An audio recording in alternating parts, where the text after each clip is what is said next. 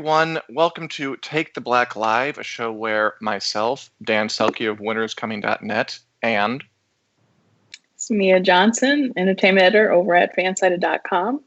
talk about the latest goings on in the world of entertainment, usually sci-fi and fantasy. Today's going to be a bit more of a somber episode. Obviously, there are a lot of heavy things happening around the country, around the world. A lot of protests following the death of the killing of George Floyd last Memorial Day on Monday by a police officer. And we thought we would kind of take a tour of how the entertainment industry is kind of reacting to all of this. Huge things are going on, cities across the country. We're in Chicago. I know we've been experiencing all of this. How are you doing with that, Mia? Because you live in closer to it, right? Yeah, it was kind of weird when the protest demonstrations started here in Chicago, because I was out with my family who live on the other side of the city, and so it was kind of weird for me trying to come home, because it was like all of a sudden things are being placed on curfew, and roads are being closed to make way for all the protesters and demonstrations and stuff. So it was really it's impacting the city pretty much from completely. head to toe in every neighborhood. But I would say the looting stuff that's happened, I feel like a lot of the people have gotten that out of their system. The stores are trying to rebuild. On top of that, with we're moving into a new phase with the coronavirus, pandemic. So now stores and restaurants have the ability to open. So it's kind of like a weird spot pretty much for everyone right now. It's very strange. My partner here, he wasn't out of work because of the coronavirus. He was keep going to work during that, but he hasn't been going to work for the past few days because they've been shut down. So it's interesting, this confluence of stuff that's happening. And obviously there are strong reactions, strong feelings on a lot of sides. I don't think that we're going to get into, I don't know, the morality of everything that's going on. Maybe we will. We figured we'd focus on the entertainment industry and how it's reacting to it. But we'll see what happens. And of course, anybody has comments, feel free to put them in the comments and we'll discuss with you. So we have obviously a lot of companies, celebrities, kind of making their statements on the matter. And some are just putting out words, some are giving money, some are committing to do things. We had Marvel, for example, putting out a statement. We stand against racism. We stand for inclusion. We stand with our fellow Black employees, storytellers, creators, and the entire Black community. We must unite and speak out. Netflix and HBO put out statements. Basically everyone was. Yeah. So I guess our first question can be, what is kind of the responsibility of a company like this during a time like this? Is a statement where it ends, or does more need to be done, and is more going to be done? That's a big question, I know. Yeah. On the table. Yeah. I think what people kind of want to see is we don't want empty statements, right? If we're fighting towards inclusivity and equality, we want you. And this is probably gonna be one day where I really take time to think about my words as I speak. I think if there's any day for that, this is the day. But it's we want to see some solid progress. And so I think the first step is, to me, with these brands, to come out and make statements. Sure. To just show that, hey, we're not ignoring this. This is something that we understand, because it's these people are giving you money. Every month I'm giving Netflix my money, or, Disney or Marvel for my movie. So it's I want to, people want to make sure they can support these brands, and just make sure that they're on their side. The other thing with that, though, is it kind of does fall into this space where it's sometimes it feels misguided for example, San Francisco 49ers. I know nothing about football, mind you, but that's the team that Colin Kaepernick played on.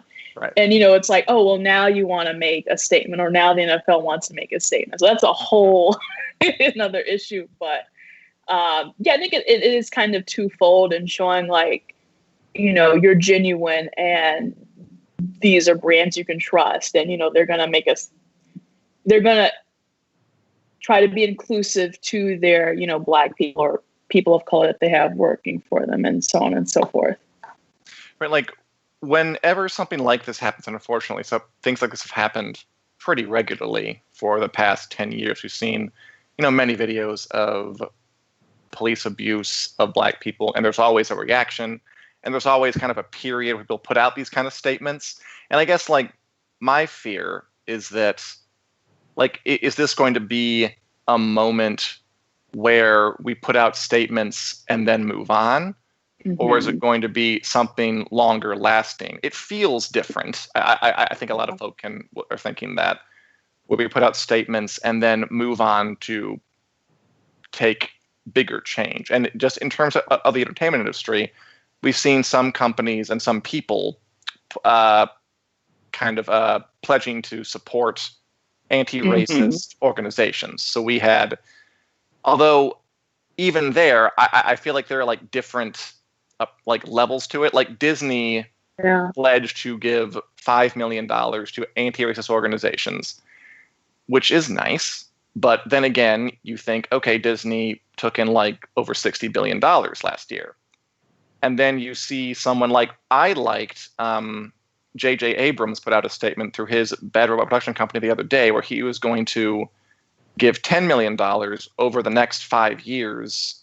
And he named like a bunch of different charities he was going to give to, and he named like specific policies he wanted to try to push for, like reforming the tax system, a system that disadvantages certain people. And I mean, I think right now we're at a point where we're trying to see, okay, like, can we take this momentum and turn it into something lasting? Mm-hmm. And I feel like a statement like that, where he's like, okay, I have a bit of a plan, here's what I'm going to do, like stays with me more than like Disney saying, we're going to give $5 million to fight racism. Yeah. Like, it's laudable, but I want specifics. Yeah, no, I think that's definitely true. Yeah, I think and sometimes it always feels this way where it's like, this is, the moment that we make change, and then maybe the momentum doesn't keep up or something. And this one, though, to me does feel different, and it does feel like it has just really kind of reached a sort of new height. And I think that is what I think we're hoping for, is to see these companies to step up. And I mean, companies, yes, I think the bigger picture here is, the politics, yes, the way they, defund, take away money from police and military and all that. That's the bigger picture here that I am extremely less qualified to talk about. But in the scope of entertainment, it really is just saying, I would like for them to look at their place, in this world, and saying, what am I doing to, kind of defeat these old ways, these old habits, and make sure that we're being diverse, but also make sure we're supporting the communities, and things like that. So I'm surprised the J.J. Abrams thing kind of slipped under my radar. I didn't hear about that, but that to me sounds like, that sounds to me like the right type of direction to take, because you're kind of being conscious about what do I need to do? What's my part in this, and how can I help? Not just, sitting back and taking a passive role in it. Yeah, like, I mean, I don't want to like grade people on like how much money you're giving. It's on a competition, and obviously, like, there's a limit to how much like private donations can help at all. I mean, at some point, it's got to be up to people who are in power in politics to change the system, whether that's federal, state, local, whatever. But I mean, it does take money to fund efforts to lean on those people and to get them to change things. Yeah. And I mean, it did strike me that J.J. Abrams and individuals donating twice as much as Disney, a multi-cajillion dollar company. Again, like, I don't want to seem like I'm like, pitting them against each other, but it's kind of hard not to sometimes when you see it. Sherry asked, and I know you guys are commenting. This is a bit more of a somber thing, so I'm going to be a little less jokey, but might not read everything. But she asked, why aren't the actors participating in protests? And some of them are. Like, there definitely have been, if we're talking about the entertainment industry, celebrities who are out there at protests. Just some of the notable names who have been out there. Tessa Thompson from the Marvel movies, Valkyrie.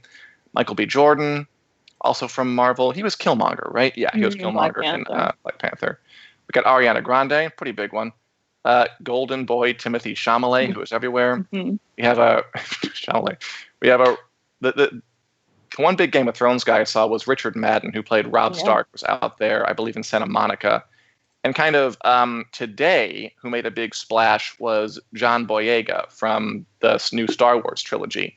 Mia, and he did a bit more than just like, again, not that you have to do any of this, but he made a bigger splash because he didn't just march, he gave a speech. I mean, you watched that speech. What did he have to say?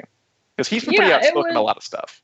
He was, and it's always from the start. He's been very kind of passionate on Twitter about what he believes in. Like, we've seen him, stick it to Disney and Lucasfilm. Like, you guys aren't, going to treat me this way. I'm not going to let people treat me.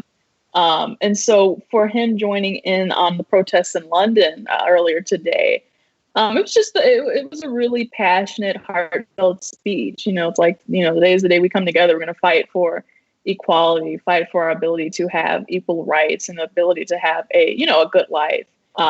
So it was a very passionate speech. I think this is like one of the first examples where we've really seen a celebrity, at least at this time around in this movement, kind of make a really big, passionate speech about this. I'll add, I think like Jamie Foxx was one of the first few people to like make it out to Minneapolis to fly and to talk about it. T.I. and Killer Mike, the Atlanta rappers, they had their own sort of thing to say. It was more towards like the looting and for their city. But I think this one was kind of different to see him not only like down and getting dirty and marching, but also, just lending his voice and being there with the people. So it was pretty awesome. The internet went went wild for it this morning. Yeah, it was pretty impressive. I mean, and speaking of the internet, it's interesting now that like so much kind of activism, if you want to call what happens on Twitter activism, kind of happens on Twitter and on social media. There's like a lot of people kind of, all the time, not just during this, like kind of talking on Twitter, Facebook, Instagram about this issue or that issue. And it kind of like throws into relief when you see people actually marching in actual protests. Like it just makes me think about, again, like what really affects change? Like is something on Twitter really going to get people moved and active versus something that's a lot more public and kind of involves more of yourself? Again, not to disparage anyone who says things on Twitter, because that's an important public forum. I have a lot of feelings about Twitter. But I know. It's just interesting to kind of see some of that discourse spill out into the real world. Yeah. And how it just, I don't know, it seems to hit a lot harder when I see it happening kind of in the streets. Yeah, I think so. And there was this whole thing yesterday about the social media blackout, and kind of the whole purpose of that was to take a step back from regular posting and allow Black voices to come through, allow, the sharing of any businesses or, just to share any donations that need to be made or just enhance, anything Black Lives Matter. But there was also kind of this point of on Instagram, like putting up a picture of like a black box and, kind of, sharing a quote about, equality or this and this and that. And it kind of in the midst of things, it kind of lost, I wouldn't say its meaning or its purpose, but people began to see through that and saying that, hey, it's not enough just to post a black box on Instagram and a nice quote. That's not gonna do anything. And I think that kind of segues into another point that we had kind of about the celebrities, like was it Emma Watson or Evan Peters? Emma Watson, she was trending. She was.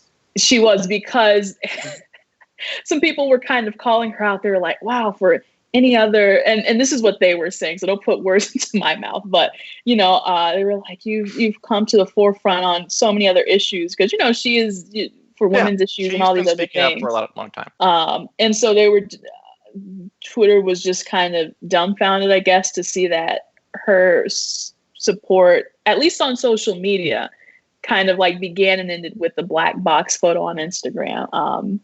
And I mean, who knows if that's all she's done? Maybe she has done work in the background. I think that kind of pokes out one of the fallacies of just looking at social media. I completely agree. As like the only, if you don't show your receipt, or if you don't show how much money you've donated, then, you're a bad person. Which I do think that's fair. Yeah. So it people have been, as you would like to say, exposed. Some have been on the line of being canceled as well, because of their takes or silence even on this matter so far. Like all in the past, week, a couple of days. A lot has happened. I mean, obviously, things are running very high. I'm not at all surprised to see this. Getting very intense. As Sherry says, protests lead to rebellions and actual change. Social media has its place with legislative change. I agree. I mean, it's all kind of mixed up together now. It's like social media activism leads to real activism, leads hopefully to change. And I mean, obviously, we don't know how this is all going to turn out. We'll be watching, we'll be seeing in Hollywood and beyond.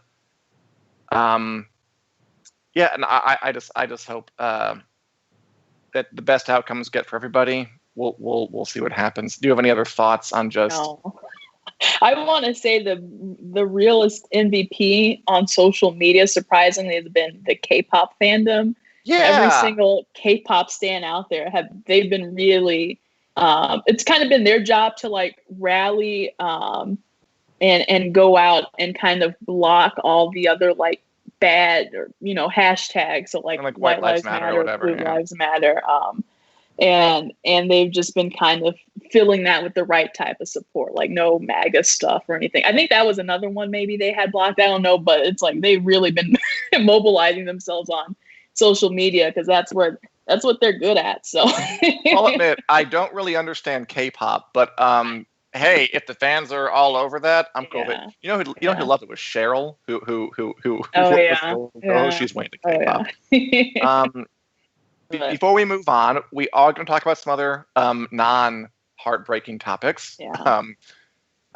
If you are interested in donating or learning how you can participate, whether it's protesting or just volunteering or whatever, we're going to leave a link down here to some resources that you can peruse at your leisure. Any other thoughts before we move on this topic, Mia? No, it's interesting to see how this is evolving, and I think the best thing is to see how, even coming apart, we're all kind of coming together in an odd sort of way all around the globe. So it's happy to see, all the support coming from everyone. Yeah. As Sherry says, I hope it doesn't die out without actual change. Yeah. And Springfield is protesting. Sherry, which Springfield do you mean? Because there are a lot of Springfields out there. Yeah. I was born in Springfield, Illinois, but I know there's Illinois, Missouri. Yeah.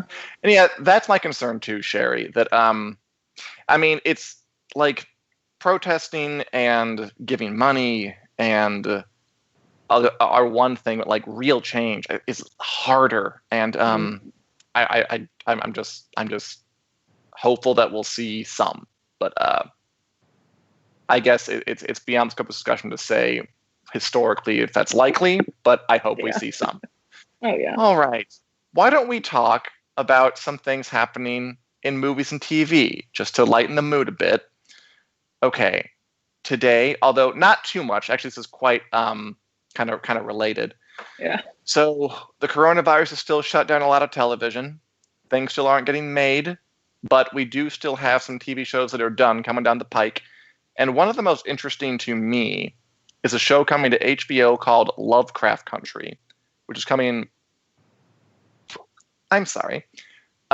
this fall. And HBO released a trailer or a teaser just this morning. Why don't we have a quick watch. There's more, but you get the idea. Yeah. What do you think, Mia, of Lovecraft Country, a new show about, based on a book, kind of about a trio of friends who take a horrific road trip through Jim Crow era American South? Mm-hmm. Yeah, it's an interesting Premise? take. Yeah, it really is. Because it is kind of, they're dealing with, it's like not only like the monsters who are racist, but like actual monsters. Is that what I'm to understand? Yeah, like, I think that's the idea, that H.P. Lovecraft is a horror author who is also extremely racist, by the way. And so I think it's very purposeful they chose him.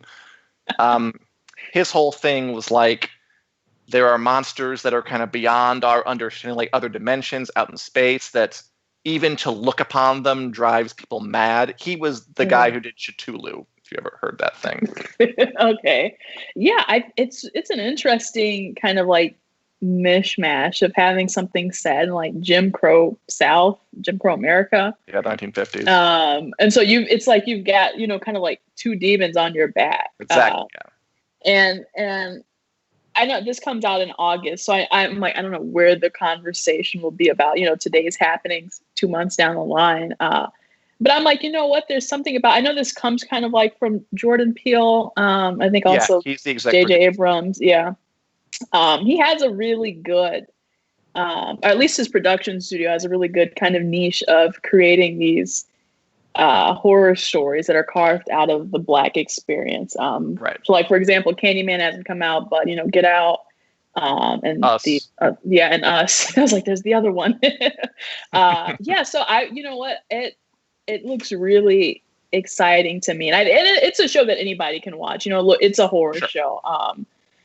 It just happens to have Black leads, but I think it looks interesting, and because of the way it is, I think it might even continue to open up the discussion about, race in our country, regardless of if monsters are real or not. Yeah, like there's part of me that thinks like, is it like irresponsible to even have horrific monsters in a show that looks like it's going to take a pretty hard look at, like, actual monsters, like actual monster systems that were in place and somehow still continue in the 50s.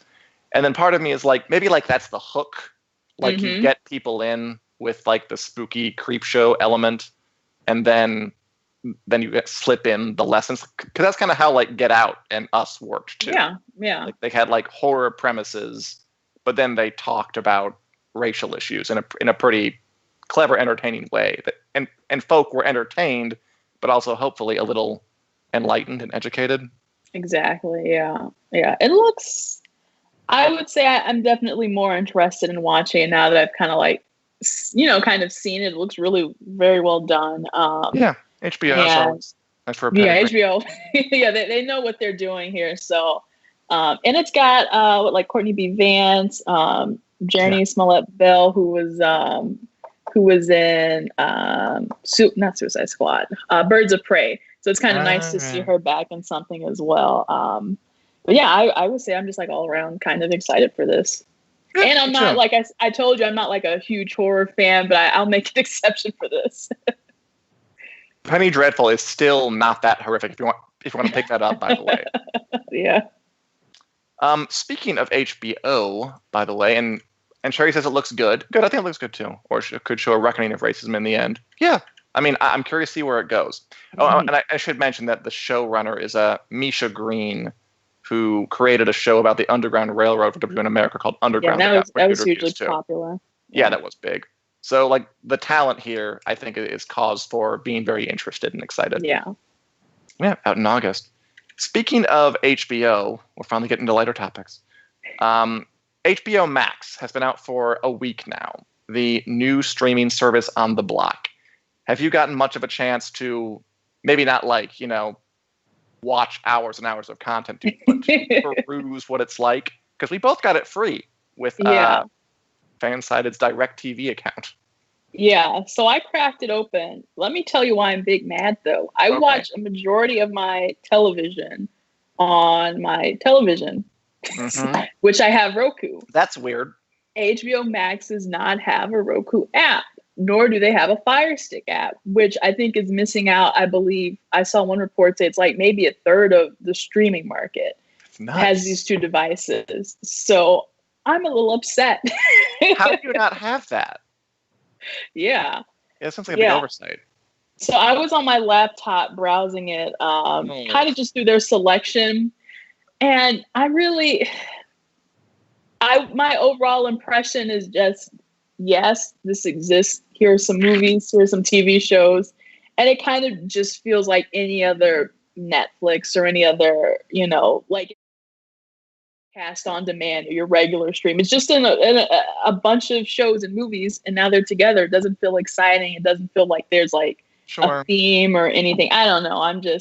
Maybe I'm so upset about $14.99.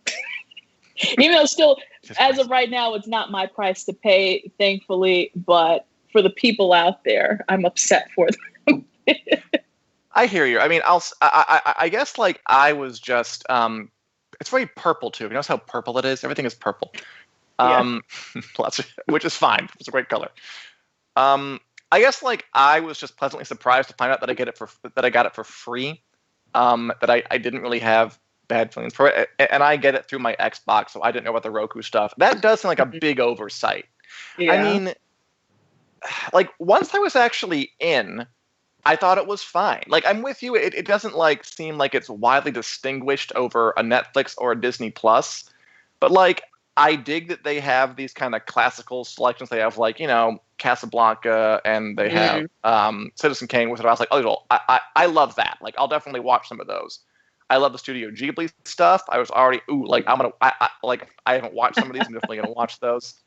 Nothing original that I really want to see, but I mean, there are a lot of stuff on there that I could see myself watching. Like I just sort of stopped going to HBO Go and I'm watching like Danny McBride stuff on HBO. I'm just like, I'll just watch it on HBO Max. Why not? It's right there. Yeah. So there is, I think, a lot of good stuff there. I think the weirdest thing about it, though, I think you're right. It's these weird little oversights. Like, why no Roku? Why is it this expensive? And like, what is the point of HBO Go and HBO Now?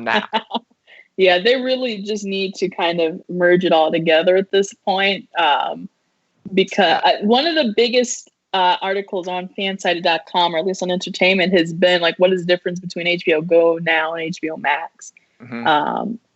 Because it's like, I'm honestly like, why didn't they just shut down those two apps altogether? Like you can still, I don't know. Yeah, I really don't know.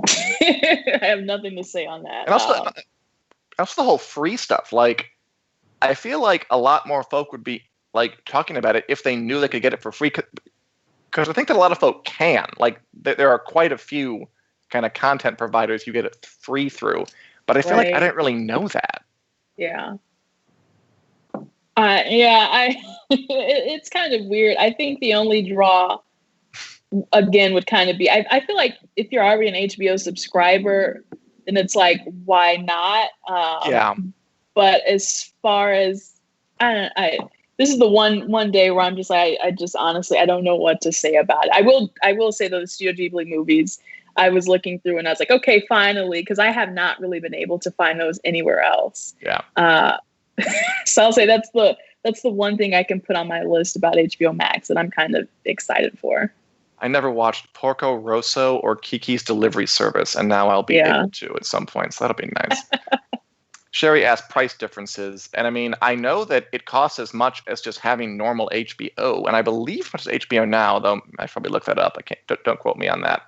So at this point, they definitely seem duplicative, and just my organization mind just objects to this and wants it to be streamlined. Yeah. Oh, it's a stressful one. And finally, Mia, or anyone else out there, anyone watching anything new, old that they want to discuss really briefly? What have I been watching? I really don't know. I'm still continuing with Community. Where are you with Community? I just watched the Remedial Chaos Theory, so the one where they're rolling the die to so that was really cool. And of course I finished Space Force since the last time we talked. Which I didn't give it a great review. I've seen a couple of other reviews that were also like it was kind of underwhelming, and but that's still on, that's still on Netflix if you want to watch it. Go ahead and watch it. And I just saw something recently where it said they are continuing with production for season 2, even though Netflix didn't give them the green light for season 2 yet. But I'm sure Netflix will anyway. And Steve Carell, you can't go wrong with that, even though they almost did with this. Almost? So you think that it kind of came out in the end okay, like good enough to have a season 2? You know what? Yes, I think they were finally, it was just one of those things where they're finally finding their footing by season 2. And it's kind of like even like with The Office season 1, where it's just like a slow sort of burn until things really pick up. And, Michael goes from being the guy with the tie, like cutting off his circulation, to the kind of laid back, like he finds his character eventually. So I think that's what Steve Carell needs to do in this series. Very cool. Sherry says Homecoming on Netflix. It's not boring. It's a good show. I mean, I'm still enjoying it. Mrs. America, I just finished it on FXX. Really, really good. I recommend it on Hulu. I actually kind of got back into Community since you were talking about it a little bit. Yeah. Just like, this show was really good, wasn't it? This show is really funny. Just like watched all the episodes of that. And Ken Burns' Vietnam documentary, for some reason, I started to watch. Oh. But that's an epic one. That's like 15 hours. I'll watch over the course of the next month. Oh, man. Okay. I know they didn't reach as many comments as usual, guys. It's a bit more of a somber one. Thanks for sticking with us. And yeah. Oh, Diane, price of HBO Max, $15. Diane was talking about the price of HBO Max.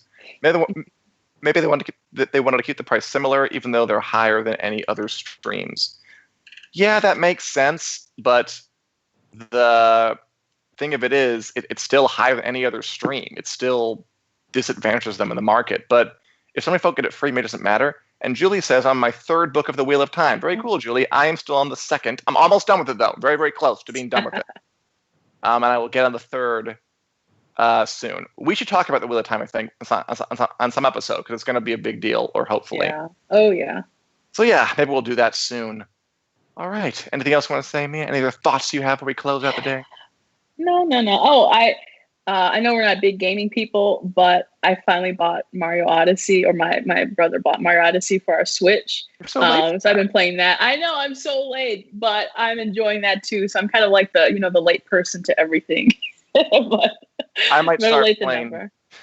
That game. I really enjoyed that one. I might start playing that Final Fantasy VII Part 2 thing. Ooh, yeah. I would have earlier, but I have a friend I play it with, and the coronavirus we weren't at those houses, so now it's starting to maybe clear up. We'll see. Yeah. Everything's up in the air as usual. We'll check back next week here at Wednesday at 4 p.m. Central Standard Time on the Winter Screen Facebook page to see how things have progressed then. Until then, thanks for watching, everybody. We will see you later. Bye-bye. Bye.